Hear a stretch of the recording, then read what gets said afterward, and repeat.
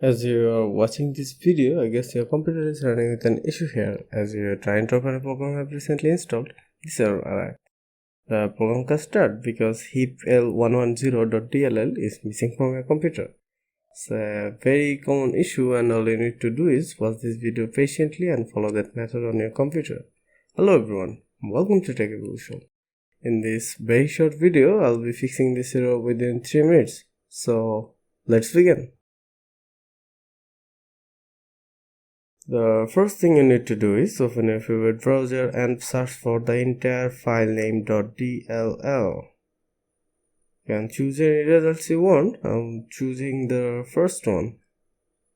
This is not sponsored, but I'll put the link in the description. Here you can see few download options based on the architecture. To know your architecture, click on Start and search for system information. Here you can see mine is a 64-bit PC. As I am updated to the recent Windows update, I'll be downloading from the top. In this case, top 64-bit is number 2.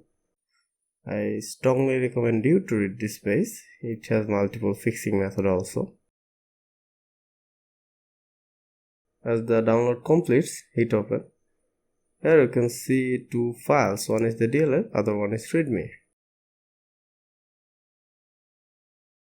To move the DLL, first open this PC, local disk C, Windows, and find a folder named System32. Here it is. This is the home of 32-bit DLLs. Then click on the downloaded zip, drag the DLL, and drop. I have already done this, so they are asking me to replace. And click on Continue to give administrator access. Before we go ahead, let's check by typing the file name. Here you can see the file is properly placed in the 32-bit folder. So job done for 32-bit users. You can go and restart your computer.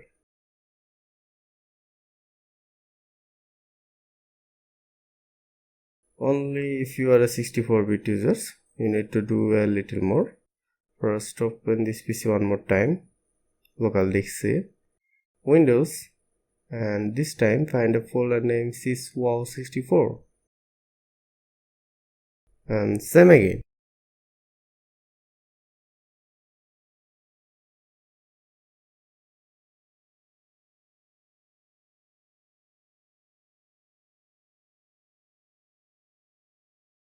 Check this one more time. Yeah, the file is properly placed in 64-bit folder 2. And finally, restart your computer. In extremely rare cases, if the error still occurs, you need to download and install latest Microsoft Visual C++ Restore tool and install your program again. And that's all. If you follow me step by steps, you'll no longer have that problems left. Please let me know how you feel about this video. And do not forget to like and subscribe.